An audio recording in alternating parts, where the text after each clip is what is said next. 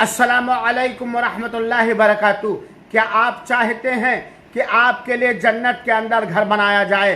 तो आप सुनिए, उम्मे हबीबा फरमाती हैं, सही मुस्लिम की रिवायत है कि अल्लाह के रसूल अकरम सल्लल्लाहु अलैहि वसल्लम ने फरमाया कि जिसने दिन और रात के अंदर 12 रकातों की पाबंदी की, उसके लिए जन्नत के अंदर घर बनाया जाएगा। उम्मे हबीबा रज़ी अल्लाह ताला अन्हा कहती हैं कि जब से मैंने अल्लाह के रसूल अकरम सल्लल्लाहु अलैहि वसल्लम से ये फरमाते हुए सुना, उस वक्त से आज तक मैंने कभी इन 12 रकातों को नहीं छोड़ा, जिनको सुन्नत रातिबा या सुन्नत मुअक्कदा कहा जाता है।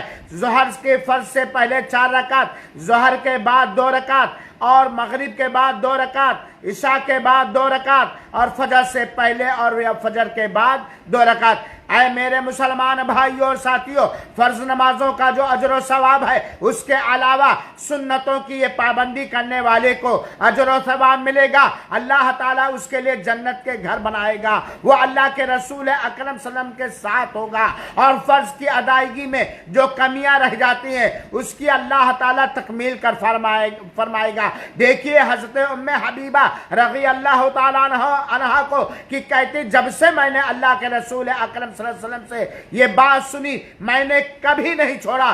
चुनाचे हमें और आपको भी सुन्नत मुअक्कदा सुन्नत